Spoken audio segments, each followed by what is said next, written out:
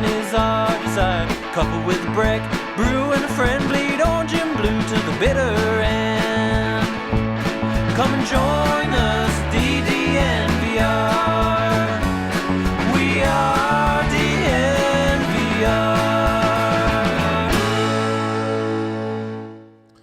We are DNVR, and we are live from Studio B here at the DNVR studios. The B stands for Bowlen Family Feud Over?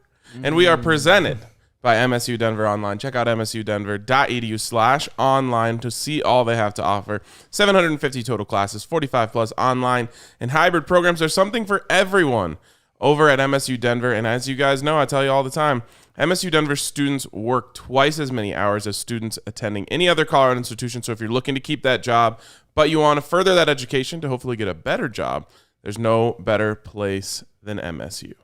My boys, what's up? We got the crew back together. First time in about a week, but I'm pumped to be with both of you. Welcome back. It's good to be back. I mean, I missed you guys. The 2 days that I was away from here was actually like, oh, I haven't been back here in a week. I was throwing off my routine. I'm also pumped that we're not going to be covering a lawsuit in July. Yeah. Selfishly. So quickly, just give us the rundown of the news of what happened yesterday. Yeah, what happened yesterday was that, of course, we have the lawsuit that was brought up by Amie Klemmer, Beth, Bowlen, Wallace, challenging the validity of the Pat Bowlen Trust, challenging changes that were made in 2009 to the terms of the trust. It was scheduled to go to trial in Arapahoe County Court on July 12th, was scheduled to last no longer than August the 6th, right about the time that Steve Atwater goes into the Pro Football Hall of Fame and right in the middle of camp. But the trial has been stayed. The dates have been vacated, so it's not going to happen July 12th. Both sides agreed to have this case stayed, which means that it could be a settlement, that a settlement is in place, or it could be that the negotiations are progressing to a point where they don't feel they have to have a trial. And of course, the other thing is a trial would have certainly meant a lot of dirty laundry would have gone in the public sphere, which nobody, probably right up to NFL Commissioner Roger Goodell, wanted to see.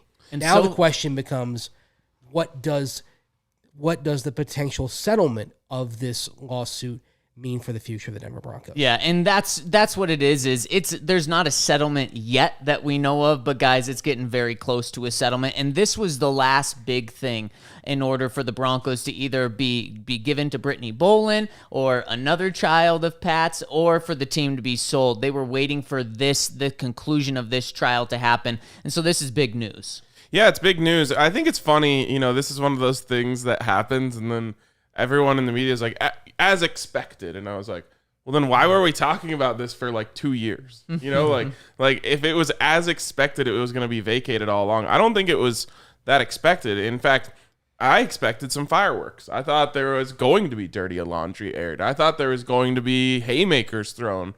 And to be honest, I'm very relieved that it's not going to happen, because it would have come out looking bad on the Denver Broncos. It would have come out looking bad on Pat Bowlen. It would have come out looking bad on the whole family. So people are right in saying that. Ignorance is good, isn't it? Well, yeah, and people are, we don't need to know this stuff. We really don't. And people are right to say that. I'm sure that in the end it's the best, and it's a good thing, and this is what most people wanted, but we're talking about the control of a multi-billion-dollar organization. Like, a couple of rumors coming out into the public sphere, I don't think was enough to stop that completely. But in the end here, this is a good thing. And Zach, it likely means that we are progressing towards the whole thing being over, meaning the Broncos being sold. Yeah, it does mean that, and that's what everyone expects right now. At least that's what I expect, because obviously one side wanted the trust to be able to hand the organization down to a sibling or one of Pat's kids if they deemed them fit. And certainly the trust did deem Brittany and does deem Brittany fit to take over the Broncos. So that's what the trust wants. But then on the other side, you had Amie Klemmer and Beth Bowlen Wallace, who said, we want this team sold. That's kind of where they were coming from, although those weren't their exact words. And so I doubt that all Bowlen kids got on the same page and said, okay, let's just give the team to Brittany. I doubt that was what is coming down in a potential settlement. I bet it's that the Pat Bowlen Trust realized this is it. Yeah. This is over, and the team needs the team needs to be sold because we're never all going to get on the same page. And that was kind of the biggest nugget we had learned about this in the last few years, which was when Joe Ellis said, we're not going to make any decision unless all of the children are on the same page as it. That was like a bombshell at the time. And this is the aftermath of that is they weren't going to get on the same page. We were going to see lawsuits and all this stuff, and it was going to get ugly. And instead, Brittany Bowlen, who I was always a fan of potentially being the owner of this team, is probably not going to be. And she gets the greatest consolation prize in the history of the world, which is somewhere in the ballpark of $500 million. Yeah, and it's that bombshell. Remember, it came down the day after the 2019 season. We thought, just, a typical end-of-season press conference. Broncos got some momentum. Drew Lock won 4 games down the stretch. Everyone's feeling good. And then that bombshell dropped that all the siblings had to agree. Meanwhile, you had that desire from Joe Ellis and the trust to have all the siblings agree or the team would be sold while this lawsuit progressed forward. And then last December, you remember, after everything went down with the Broncos being forced to play a game without a quarterback, and you had Beth Bowlen Wallace putting out a statement on behalf of herself, Amie Klemmer, and also John Bowlen, Pat Bowlen's brother, who still owns 22% of the team. So he's still a stakeholder in this, where Beth Bowlen Wallace basically endorsed a sale. If it were to happen, saying, my father, Pat Bowlen, would never accepted the team's current state. We have been committed to and will continue to pursue resolutions on all issues in order to ensure a smooth and timely transition. So is it more likely that the siblings all got on board behind Brittany Bowlen in the last 6.5 months? Which, by the way, or that this is just simply progressing toward a sale that would almost certainly break all pro sports records for a sale of the team. And it's really important to note that if Brittany Bowlen became the owner, none of the other children benefit in any way, other than the fact that the team stays in the Bowlen name. Well, the thing is, when Annabelle Bowlen passes, of course, she's battling Alzheimer's disease right now, and the children inherit their shares, which I believe is 11% apiece of the team. Well, that's obviously a valuable chip, but you have to pay estate tax on that. Mm-hmm. Which, once you get beyond a certain level, I believe it's beyond $11 million in estate that you inherit. I believe the estate tax is 40%. And so when the Bowlen children get their share, could they afford to keep it based on the estate tax? And that's another thing that has been looming over this entire process, is what happens when they get their shares of the team, and can they afford to hang on to those shares with the estate tax that they would face? There were so many things going against the team staying in the Bowlen family, and we've seen it over the past couple of years really start coming to the conclusion that it's not going to stay in the family. This, and what we found out yesterday and what we're going to continue to find out over the next couple of weeks, is just going to solidify that even more, that this thing is going to be sold. And then that starts a whole new process.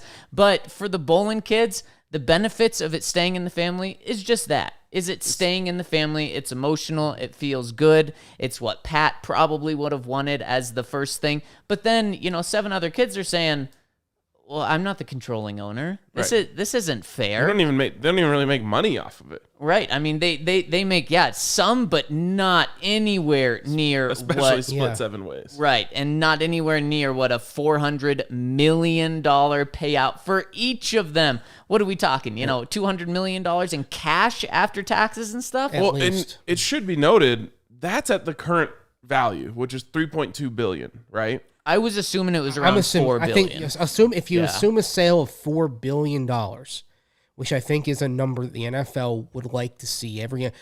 And again, the last NFL team that was sold was the Panthers in 2018 for $2.275 million. Little bit smaller market, but fairly comparable situation. So if you have a scenario where you're nearly doubling what you got for a fairly comparable team 3 years ago, then owners are going to be giddy. I mean, look at the Los Angeles Chargers. It's another situation where you've got some issues with ownership and family and inheritance and all that. And so, what kind of price would they get? So Ryan, there's a lot of what I was getting is that okay, 3.24 billion. 3.2 really quick is what Forbes has rated that or has valued them most recently. If it's $4 billion that they're sold for, each sibling that has 11% is going to get $440 million, and John Bowlen would get $880. But anyone who understands the Denver housing market right now knows that what the appraiser says the house is worth is nowhere near what the house is actually worth. And so that's exactly what's going to happen here with the Broncos, especially with legal sports gambling in Colorado and just becoming a bigger thing across the country. What we're going to see is that the team is going to be sold for way over what it's valued at. $4 billion. People are talking numbers 5, 6, 7, 8. No People way. are throwing $10 billion numbers out for way. NFL franchises in the near future. So this thing, there's no cap on this, in my opinion.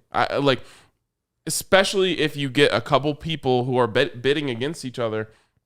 Everyone wants an NFL franchise. Everyone knows that the values of these things are just skyrocketing. Football is gaining popularity.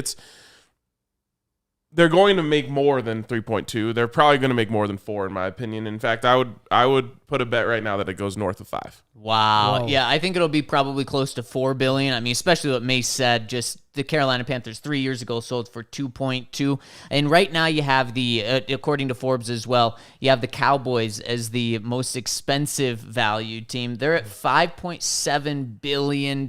So, I mean, it shows you that teams are going to be up there. And if the Cowboys are sold right now, they'd go for over $6 billion. You're absolutely right. And people said Jerry Jones was crazy for paying $140 million for that team in 1989. People thought he'd lost his mind.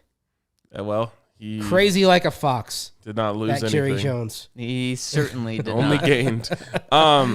So yeah, that's the point. Is it's going to go for a ridiculous number. So whatever we're talking about now, they're going to end up making more. And like we were saying, there's no benefit, especially for the people. Like it was going to get ugly. It's not like, maybe Brittany is classy enough to have been the one to say like, okay, well, now that I won, like I'm building these bridges all back, like please come, be a part of the organization, all that. But it would have been ugly. They wouldn't have been a big part of the team even. I'm talking non-Brittany family members. So I think even Brittany probably understood the way that this was going to work out. Like you were mentioning, there's a lot of legal stuff. I'm sure she has very smart people in her ear telling her, hey, look, it's going to be tough to even keep the team, even if you become the controlling owner. Yeah, basically to keep the team and pay that tax bill, you'd have to kind of borrow against future earnings. Now, that being said, based on the value of the team and what NFL teams make, it's possible that you could get approved for that loan to pay the tax bill. All right, but then you'd have to have it be 7 times for 7 siblings, right, getting their share of the team. All right, we have a lot of comments in here about potential names. So I want to get all right, we'll just go here. First question here from Daniel K. Could Josh Kroenke with KSE, of course, Dad's money, buy the team? No, he couldn't, because I believe I don't know. If There's it's a lot in of his name, because it's not, and it's in the market. The Nuggets and Avalanche aren't in his name. That's correct. I think it's in. Or are they? It's are in they Stan's in wife. Are they in Anne Kroenke's Yes, name? I think they are actually. Because so technically, yes. There's ways to work around. They could get him the money. Yeah. The question is, do we want more Kroenke ownership in Denver? Right. And the other thing is, because does the NFL want a scenario where one family has 2 teams? No. Probably not in the league. No, Almost absolutely certainly not. That would create all sorts of competitive questions, quite frankly. Yeah. That other owners would have a concern about. So I bet you there's probably even a bylaw that doesn't allow it. Yeah, and also just with all respect to the Kroenkes, I think if there's a new owner for the Broncos, that we can do better. I do too. And the Kroenkes, all owners, I feel like, have a bad name unless the teams are constantly winning championships. The Kroenkes have actually done a good job being owners. It can be a lot worse. It could be worse, but it's very much it's a business. Totally. With them. That's the thing. It's with Pat Bowlen, he was willing to go into debt. Yeah, totally. To make things happen. Just because the budget said one thing, he'd be willing to kind of go that extra mile. Whereas you have some owners like the Kroenkes, I would also say, like, for example, which is something you don't want. You don't want corporate ownership like the Atlanta Braves and Liberty Media, where everything kind of starts with that bottom line and saying, okay, are we in the black? Yep. And if not, then we've got to cut costs. Our guy Swipa here asking, is the foundation of this disagreement that the children don't want to relinquish power to the other, so they'd rather have a golden parachute instead of giving someone else control? Essentially, yeah. And also it's also comes down to the payday.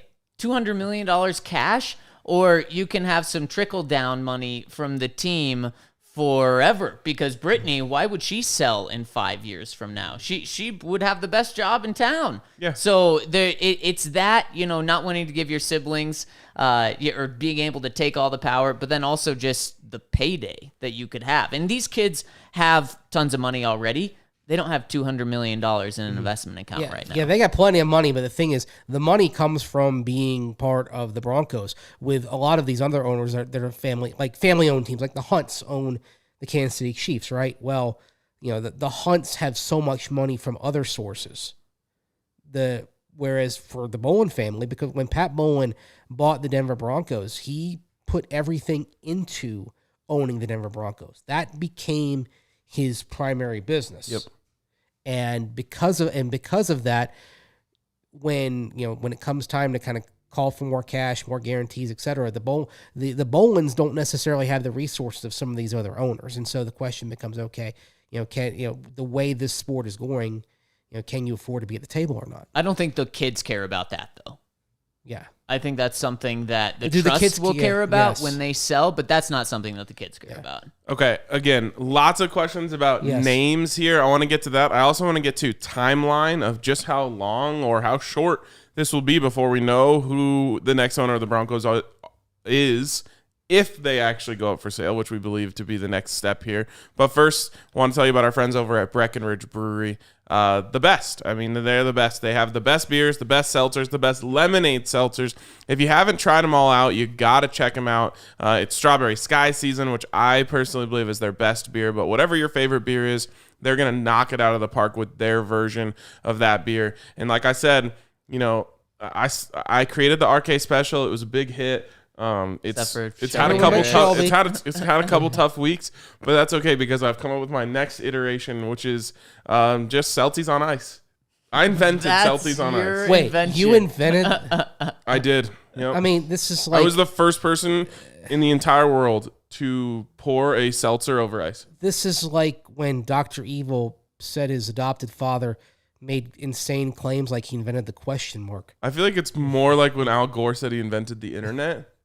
But I invented Celtics on ice. Wow, I'm so lucky to be sitting next to you. I know, and it's sweeping the nation.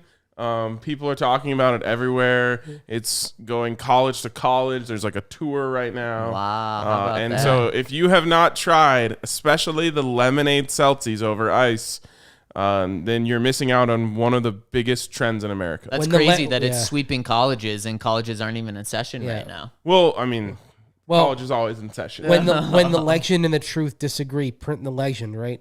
Exactly. And before we go any further, I gotta tell you, we gotta get to our DraftKings pick of the week, guys. Yeah, I mean, you had too many Celtics on ice. Got to get the DraftKings pick of the week, and guys, I'm going for my DraftKings pick of the week. I'm going to football for this one, and I found something that I like here. The Washington football team to make the playoffs this year, plus 146. They made it last year, guys, and they just had a massive upgrade in quarterback. Their coach is now on his second year there. That roster just got better. I know the Cowboys got Dak Prescott back, but Dak Prescott is very good, but that Cowboys team is not very good. I think Ryan Fitzpatrick is going to have maybe the best year of his career out there in Washington and take them to the playoffs. So give me them plus money. Solid. Nice pick.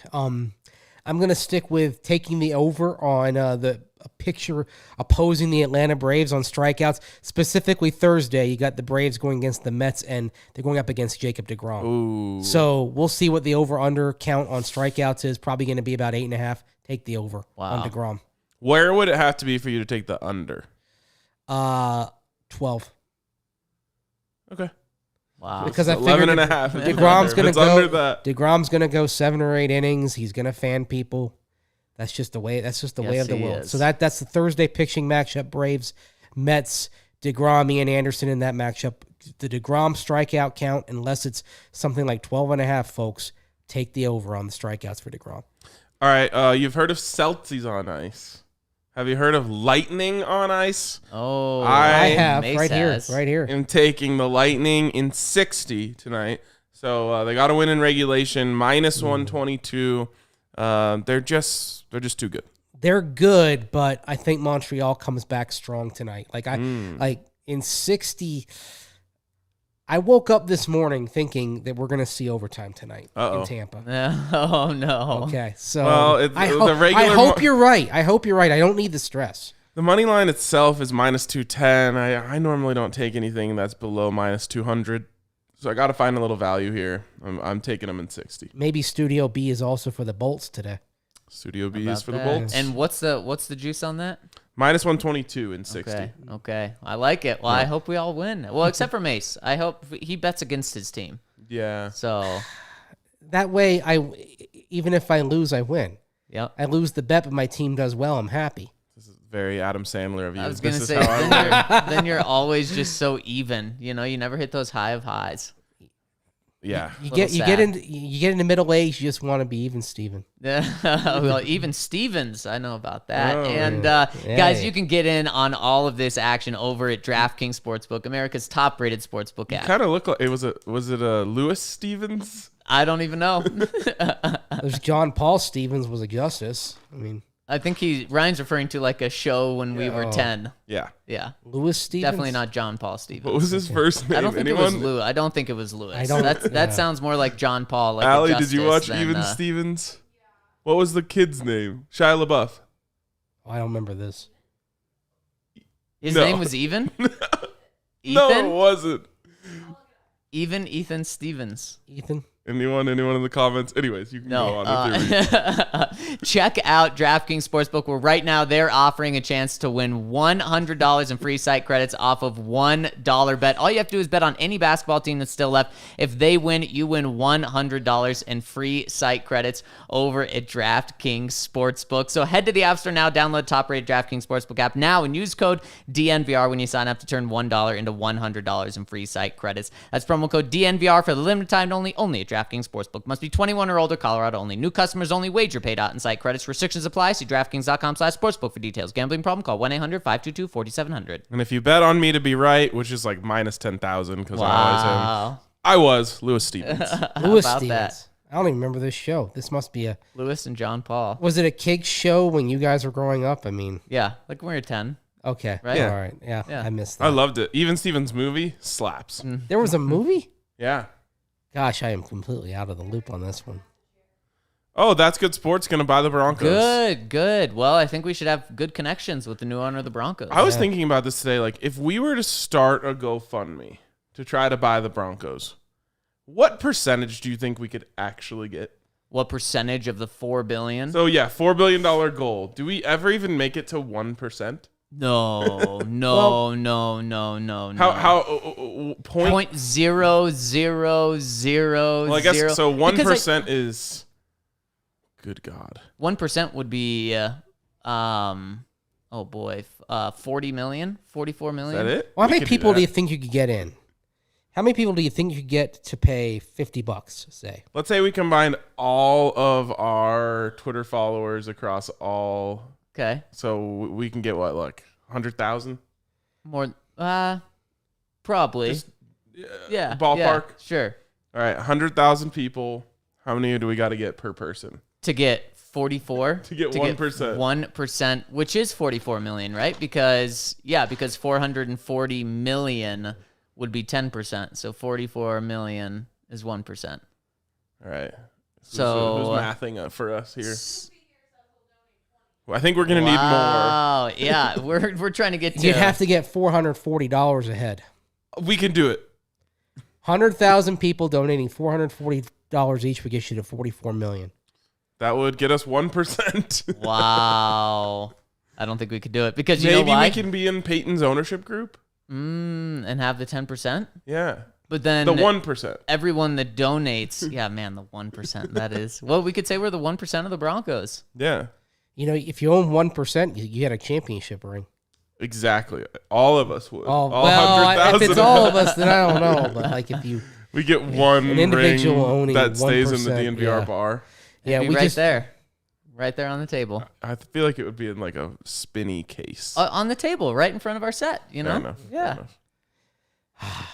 man. All right, guys, let's do this. Here's the thing is people would just say, that's way too lofty. I can't do that. I'm not going to donate for... $440 to be able to say you own a piece of the Broncos? Yeah. It didn't cost To say it, 1/100,000th of 1%? It only cost me $125 to have a share of the Packers when they were trying to raise money a few years ago for a stadium expansion. Daniel K with a little cross-pod reference here. He said maybe the DNVR Avs pod guys could give over their yacht fund. Yes, they're trying to fund a yacht. But they had a smaller goal, right? Didn't they? Weren't they going for $20 million? $22 million. Oh, that's 22 easy. million? That's easy Yeah. for us. That's only $220 $220 per person. And we could all share I a think yacht. We're at $100 raised. Oh, $100. That's two Our, people. I think I'd we rather could have- also put our World Travel Fund Oh yes, into I believe this, there's which does have Yeah. some money in it. $10 in that. Yeah, I think we're actually maybe over 40. Ooh. Yeah. I think I'd rather have the yacht though. Yeah. Well, we're combined. You'd rather have a yacht than 1/100,000th of 1% of the Broncos. Not just a yacht. Aren't you having like 0.1% of a yacht? So then you get like a couple hours a day on it. You know? Not And- even. Not AJ's even. vision was to park it in this parking lot so no cars could be there, and then everyone can just go hang out. Why? I don't know, but he's really excited about it. So Well, and then if the team sells again in 20 years for $50 billion, Yeah. then Could be rich. We're in the money. The question is, do people that donate get any of that? Yeah. Okay. Yeah, Okay. everyone gets their 1/100,000th Okay. of 1%. Okay. I mean, All right, so I brought up Peyton Manning's name, and that is the name that gets everyone excited, right? You say sell the Broncos, the next thing in the next sentence is someone says Peyton Manning. Yep. And I have to assume that his name will be involved in this process, but it's not only going to be him. So just let's go through some of these names that people are throwing out there. First of all, Peyton Manning. Do you think that he will be a part of this process? Well, he was part of the process out in Carolina, so I absolutely think with the ties he has with the Broncos, and now this is his second rodeo doing this, and now this is 3 years removed, and he's got more backing. Absolutely, I think he's going to be a part of this. Now, the downside with Peyton is he wouldn't own it outright. And we've seen what He could get in on our fund. he could get in on our. He could lead our fund. Yes. I'm sure we would be happy to lead or to have him lead us. But the downside with that is it's not as straightforward. It's not like you have one guy at the top that has all the money in the world that can do whatever he wants. It would be a little more convoluted. Saying that, if it's Peyton, I am so okay with that. However, for me, that's really the only situation where I want someone, a group who's not just going to be a guy that's worth $20 billion and buys the team in cash and has all the money in the world to spend. how on it. important is a cash buy? How what? How important is a cash buy in this? I think outside of a Peyton, I think it's very important. Okay, because like for example in Carolina, now Ben Navarro, when he reached out to Peyton Manning about joining his group, he actually offered more money for the Panthers, but it wasn't a cash buy. David Tepper offered cash. Now, part of it was you had a team that with an owner and Jerry Richardson who had investigations and sexual harassment and racism and all this ugly stuff to where the league wanted that sale done as quickly and quietly as possible, so they took the cash buy. But now, if it's kind of backed up well, you don't necessarily need to take the cash buy. Okay. Well, what I will say is normally in normal situations, the NFL doesn't like the ownership group. Yep. But I think just like you said, Zach, I think the NFL wants Peyton Manning as closely involved with the NFL as they can possibly get him. So again, that's a place where Peyton Manning can kind of get some special treatment. Now, if owners or ownership groups were elected officials, as I actually believe they should be, then Peyton would win that election in a landslide. Yeah. But it's not that straightforward. Now, again, another feather in the cap of whatever Peyton ends up doing is that I think the Bowlens are going to want to do what they believe is best for the Broncos, not just take the biggest payday. Well, now who's selling? Who gets to make that decision? Is it the trust? I think it will be the trust. It is the trust, It but is I the believe trust they control. will, Yeah. like, at least Brittany, her opinion will be valued. You'd have to I do don't- that, I- but well, you have I- to check with her, but the trust You does don't have to control. check with her. Yeah, you'd have to do the right thing. Like legally, you Right. don't. Right. But you would at least kind of run it by and keep them in the know. But the trust could say, okay, there's this offer, but then there's this other offer, and could decide we're taking this offer, even if the Bowlens do not want that. See, I just wanted to clarify that it's the trust making that decision. Yes. But here's the thing is I think the trust, because they even have like a step removed because they're not getting the money. So if they see an offer for $4 billion in cash from someone and they see an offer from Peyton Manning's group at 3.7, they may say, okay, the best thing for the Broncos, especially because we're not getting that $300 million. And they're losing their cushy job. Right, exactly. So what they might say is, yeah, let's give this to Peyton because we think that's the best thing for this city, this state, the organization. So I absolutely think that could come in play. Right? Here's the thing, though. Like if you're a billion, if you're worth billions and you're investing in this, are you going to hand full control to Peyton Manning? No, you're probably going to want control yourself. That's part of it too. Do you want to win? Do you want to win the bid? Because if you say you were going to give full control to Peyton Manning, then you have a higher chance of winning. Wait, But then- Mace, but why then did- ultimately, why if did you- the guy in Carolina do that? Well, he had Peyton as part of his ownership group. It wasn't a matter of Peyton having full control. Okay. Well, I don't know if- reached out for Peyton. Ben Navarre reached out for Peyton to be part of his ownership group. Full control is a strong word. It wasn't for him to have him running the team. But now, don't you have to have full control? Like you have to name someone in full As control. the have to have- majority in NFL? owner. Yeah, and you don't have to own a majority of the shares, but you have to own, I believe, more You have to own at least 5% of the shares and be designated as the managing Right, partner. right. Otherwise, you're fined up to $10 million a year, which is something that has come up in the last year. That this sort of structure the Broncos have is going to be subject to league fines year after year if they don't designate anybody. Starting next year, right? Yes. Starting in spring and that's why, of like 2022. the Titans, for example, were another team that kind of that faced this, but they got their situation resolved in the last few months. It's one of the things with the Chargers being, looks like they're gonna be tied up in the courts now. Yeah. So If I'm a billionaire who wants to own an NFL franchise, I'm not even thinking twice about how I'm going to do it. I'm making Peyton Manning in charge. Well, I think there's two because different. that's what the league wants. There's two different thought processes, though. There's one, if you want this to make money and you want to buy it for $4 billion this year and sell it for $8 billion in 10, 20, 30 years, then you have Peyton Manning in charge because it's truly a business thing. If you want it to be your life and you want to have your fingerprints on it, which some billionaires do. But most don't. Well, you don't know. It depends. I mean, there's not that many of them, and I'm sure some of them do want it. Then they're not going to give control to Peyton if Manning. you've made your billions doing other things and you've said, okay, I've basically done my work. Now I'm going to have my fun. You probably say, I want to have final say on this. See, And the question then becomes, That's a which job. billionaires are interested in doing that? It's not really a job, though, because you just hire. If you wanna be good at it, though. It can be a job where you have your hands in everything, the Mark Cuban sort of role, and you feel powerful, and maybe you're not the expert, but you want to do that because it's your team. But you can also just still have final control or final say and hire so many people where you're really just pressing the buttons at the end of the day. One of the things that made Pat Bowlen so great at this is he made it his full-time job. He went into the office every single day, like he made this his job. You can hire people to do that. You can, but I'm saying I think most billionaires want it as like a toy. They want to go to the games, they want to show their face, they want to have their friends, do their rich people stuff. and you can make Peyton the face of the franchise while still getting all those benefits. I think you're overlooking the fact of a billionaire having their most expensive investment be controlled by someone else. It's not really controlled, though. It is, though. He has the final. He's the one pushing the button. If you're making him the managing partner, he has partner. he has the final say. Now, if you're just saying he's an investor, but he's team president, but I'm the managing partner, and would Peyton agree to that? Right. He should. Because he doesn't have enough money to buy it himself. Could he also, obviously Peyton would invest in the team, but could the new owner also say, okay, you're going to be president of football operations or just president of the team straight up, and I'm going to give you 5% of the team and really make it enticing for him? Can he do that? Can he give him a percentage of the team? He could, but then if you give him that, then that percentage, if you gift it to him, is subject to tax. Sure. And having to pay the tax. Sure. Here's the other person who I think it'll be interesting to see if they have involvement, and that's Brittany Bowlen.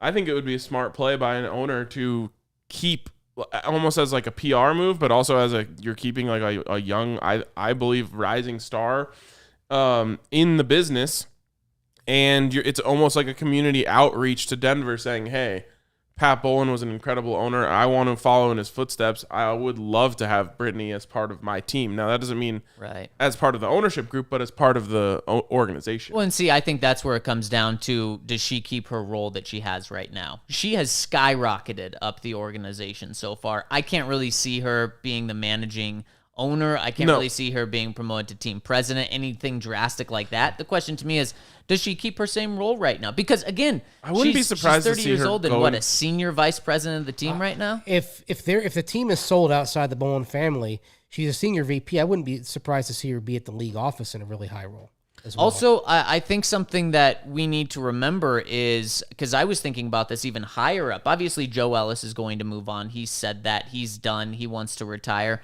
Everyone else, though, no one else is safe in the entire organization, because a billionaire has a PR person. You know, they know a ton of accountants and business people. They could come in and clean slate, clean everything, because they know people. They could bring their own people, especially if we're talking about an owner with $20 billion. Now, they could also come in and say, I want to see how this thing is run for a couple of years, and then make decisions. Yeah. Or they could come in and say, I want to see how this thing is run. And they could and clean slate. Yeah. They could also do that on the football side. George Payton, guys, he has, a 6-year contract, and we thought, okay, that's a huge reason why George Payton took this job with all the uncertainty with ownership, was because they gave him a 6-year contract. If a billionaire comes in and he's going to say, George Payton, let's just say he's making $4 million a year. The owner, if he wants his own guy in, he's going to say, there's 5 years and $20 million left on this deal. Okay, here you go, George. Here's the check, and I'm bringing in a new guy. So just because he has that 5 more years on his deal, guys, doesn't mean diddly squat. I actually think it's kind of wise to look at Pat Bowlen and David Tepper. Now, Pat Bowlen, when he came in 1984, he did push a couple of people out immediately, but he let John Beek and Dan Reeves go about their work. He even let the PR department go about their work, and then Jim Sakamoto became a trusted ally of Pat Bowlen. Carolina recently, when David Tepper bought the team in 2018, there were a few changes on the business side when he came in. But for example, their head PR guy, Steve Drummond, he earned Tepper's trust and now has risen even further up the ranks of that organization. Kind of the guy who's basically the Patrick Smythe of the Carolina Panthers. And he was somebody who was with the previous regime. And what Tepper also did on the football side was he kind of laid back and observed 2018 season, no changes. He didn't let go of Ron Rivera until late in the 2019 season, and then the move beyond that was letting go of Marty Herney early in 2020, the GM. So what happened was he kind of sat back and watched most of the organization for a year or two before making big moves, and that could be what we see from a new owner, that they just kind of sit back and say, all right, George Payton, Vic Fangio, everyone else, just kind of do their thing, observe, see, and it's possible that a new owner who buys the Broncos could end up keeping them around because they find this is a trusted employee, a trusted ally. It is possible. Yeah. It's also possible that Ryan, Ryan's. It's also possible he could be Jerry Jones and just clean house. Their homies. Yeah. Right. and want Jerry to be Jones. surrounded by them. And Yep. that's just what I hope from a new owner, that they're able to do whatever they want with the resources that they have. So whether it's Peyton Manning, whether it's a new owner, and you have to imagine with these days, if you're dealing with $4 billion, that they're not being sold for $4 billion in cash, and then the owner has, $100 million left in his bank account. It's probably going to be someone that can do this, but that's just what I want from this sale, is someone that can make not only the moves behind the scenes, but then, if they need a new stadium, okay, easy, done. If they need this cap space to bring in Aaron Rodgers, or the cash to bring in Aaron Rodgers, it's no question. The GM, the football operations, can do whatever they want, because we know that there's been some questions about that in the past. You hit the nail on the head with the stadium too, Zach, because in this environment, this economic environment, you're not getting public financing in the way that you used to for a stadium, in all likelihood. If you want a new stadium, or a completely renovated stadium, you're probably going to have to do that yourself. Yep.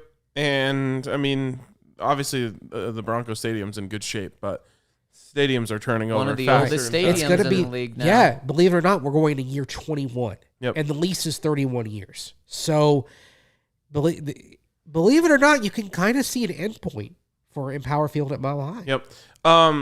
Okay, we talked Peyton Manning because that's what you always do when you talk Broncos ownership. But what are some other names? You mentioned you want them to be able to do whatever they want. Well, Jeff Bezos is a guy who's been mentioned in ownership circles. Yeah, and it does seem like he's had a little bit of intrigue and interest in buying some teams as well, or at least poking around a little bit. That is certainly a guy that he would come in and be able to do whatever he wants. And the big question with him is, which person would he be? Would he want it just as a business asset and he still doesn't live in Colorado? Or is he going to be someone that is here every day and making decisions?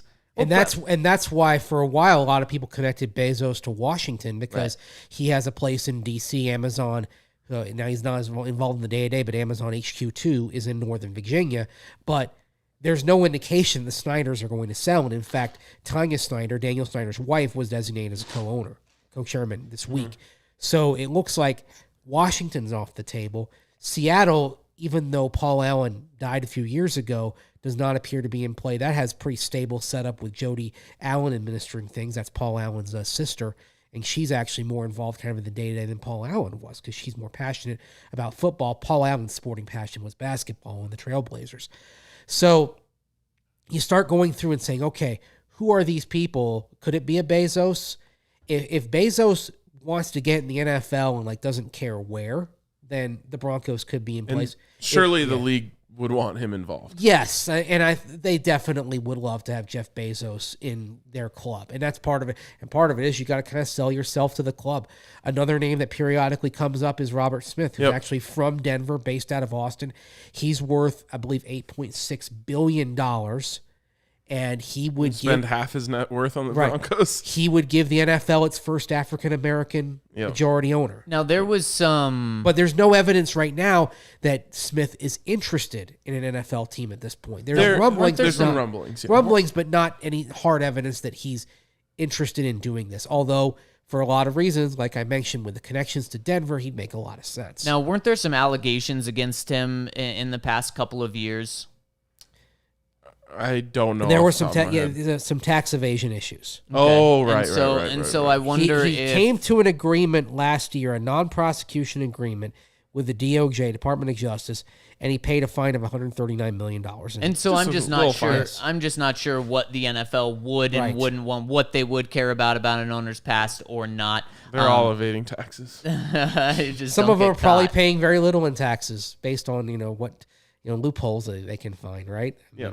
Some of them, hey, there's probably at least one NFL owner using his team as a tax shelter. Probably. Okay. You never know. So those are kind of the big ones, right? Bezos, someone involving Peyton Manning. Robert Smith has been thrown around a lot. Yeah. Is there anyone else that you guys have heard as rumblings? No, not heard, but just throwing some names out. What about Mark Cuban? Now, obviously, he would have to have his name taken out of the Dallas Mavericks. Which I'm sure there's always a way. Oh, yeah, of course. There's always a way. It says his net worth is $4.5 billion. What if somehow he just sells the Mavs? And I mean, he is someone that is always peeking around, whether it's baseball, whether it's football. His name is always thrown around in these. And does he want something different? He's always peeking around, but I remember about 10, 15 years ago when it looked like the Atlanta Braves might be sold, and he investigated it, and the word was at the time that he wasn't interested because it wasn't a distressed asset. He wants a buy low, invest and Shark Tank mentality. Exactly. Buy low, invest, and increase the value of the asset. He bought the Dallas Mavericks at a low point in terms of their franchise value, and point in terms of their on-court value. And look what he did. So locally, another name that might well, come wait, up really quick. Sorry. Just before we move on from Mark Cuban, Yeah. I don't think that's going to happen because, like I said, $4.4 billion probably not going to happen. You'd have to sell the Mavs. I don't see that. But would you guys like that? Yeah, absolutely.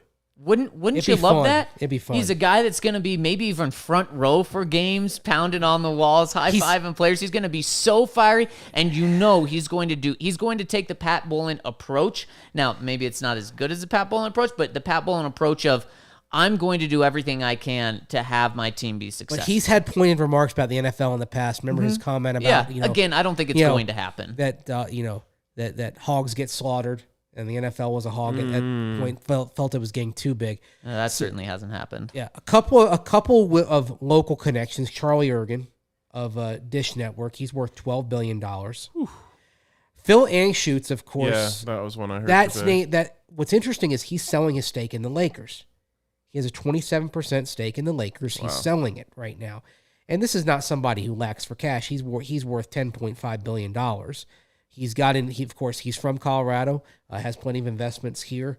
Now, the thing that kind of works against Dan Schutz is that, he's on the other side of 80 years old. Right. Yeah. And do you want to be selling the team to somebody who not after would probably would probably not be the owner, managing partner of a team for very long just because of his age. You don't want to be right back where we are right now. Joe Ellis to does not want to put that on someone else. So. You'd have to make sure that there was a perfect succession and seamless succession plan in place. If you're selling, I'd say any owner above the age of 70, you'd have to make sure that there was a smooth succession plan that was in place no matter what happened. Yep.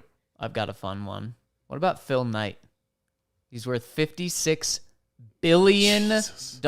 You would get the coolest Nike things in the capacity. I'm afraid of what that would mean for the uniforms. I mean, I'm scared that's scary. We're just now Oregon. We're talking about how cool would that be? Hey, now that the one helmet shell rule is off, I mean, maybe the Broncos have like 4 helmet shells. Yeah, that's what I'm talking. They'd have the money to do it, and just imagine what this new stadium would look like. It would be Nike Stadium at Mile High, and it would be nuts. $56 billion.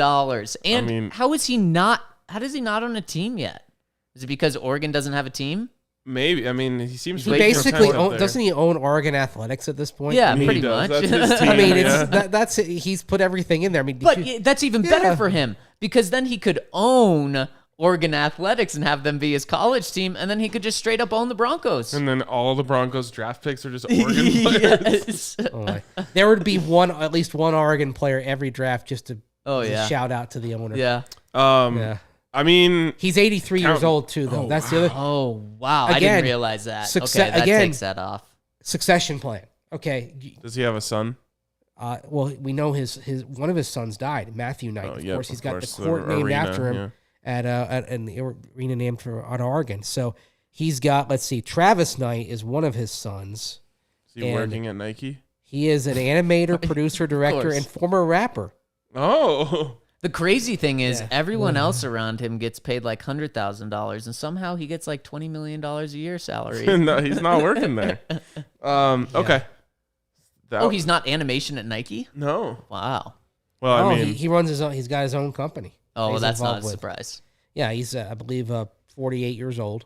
So, but would a child of Phil Knight's want to own an NFL team? And that's and if Phil Knight, it would be a lot of fun. But then what's the plan beyond Phil Knight? Right. Yeah, no. Now and the net worth obviously means that you'll be able to cover the tax bill, and you won't be worried about that. And you could, it wouldn't. Maybe it's not Nike Stadium downtown. Maybe it's Nike builds a huge campus out off the airport rail line, and and maybe they buy the Rapids as well. And there's a soccer stadium, and there's a football stadium, and there's a huge complex. Don't put the state. Never move stadiums outside of downtown. See, if there's a new stadium, that's what's going to happen. A football stadium does not have to be downtown. Baseball stadium, all the ones that aren't suck. Arrowhead Stadium doesn't suck. It kind of sucks. How far downtown is it? I've never been. Arrowhead is out about 10 miles east barely, of downtown. Okay. Yeah, okay. it's basically it's surrounded by rolling hills and parking lots. Green Bay doesn't play downtown. Do they have a downtown? But the LA Stadium is amazing. It's not downtown. Everyone that has stadiums that aren't downtown, all the people that go to the games wish the stadium was downtown. Philadelphia Stadium isn't downtown. It's part basically. It's part of a complex in South Philly. You don't and it's surround That's like putting it in like Sloan's Lake. It's surrounded by parking lots. Where the stadium is pretty much now. Right, a football stadium does not have to be downtown. It doesn't have to be, but it should be. No, it doesn't need to be. Here's what I'll say about this. What is it? Arlington Heights is the area that the Bears are looking into buying right now. Yeah, out near O'Hare. I looked up how far of a drive and a commute that is. It's an hour from downtown. That sounds terrible. Like people are gonna do it. You can put the football stadium in Beaver Creek and sell it out every week. The people will go watch football anywhere. Now, take Arizona for example. People have no problem driving out to Glendale to watch the Cardinals. But it sucks. But they will not. It does suck. But nobody on a regular basis is driving out there to watch a hockey game. Football, you can put and also the tailgate culture is a part of football as well. I know. You actually want a football stadium surrounded by parking lots. No, you have that, and it's downtown. And that land is worth so much. That land is worth so much more for other purposes. But and then also, whose money is that? I want the stadium downtown because it's convenient for me. I can, I'm going to the game. I want to get hammered. Cool. I can just walk home. It's fan versus owner, right? Yeah. Fan versus business practice. You're not. How many people live within walking distance of the stadium? That's a scooter, Uber, whatever. So it's basically this is what I want. This is my concern as a fan because I live downtown, and so does most of Colorado. Most of Colorado does not live downtown. Well, the majority. That's the biggest city, and most of those people live in the suburbs. Either way, you want, and they're driving to the game anyway, or they're driving to a park and ride. And they're taking the bus. Well, either way, you want the stadium as close to downtown as possible. What is the benefit of not having it? The benefit of not having it downtown, and that's why I said if you put it off the A line, you can have a station so people can take the train from wherever part of town they're from if they want to do that. But then you surround it by by things that just make it into Bronco Town. Now, I know they talked about a development downtown, but there's more you can do if you put it out with some other space. What city would it be? Because only the highway is Denver when you go out to DIA. Technically, what would that be? It could be Aurora, or you could probably do a little annexation and say... You would have to, because you can't have the Denver Broncos be in Aurora. Atlanta's state, like where the Braves play... You ever want to leave the is actually part of area. Atlanta. Like, it just kind of spits right out there, even though it's on the 285 that encircles the city. There's no benefit of that. It just It's sucks. business. Everyone complains about every stadium that's not in downtown. I guarantee business you. and they practical complain about it for other fans. sports. Who's complaining about Arrowhead? Someone in there just said, I've been to Arrowhead for many events. It sucks.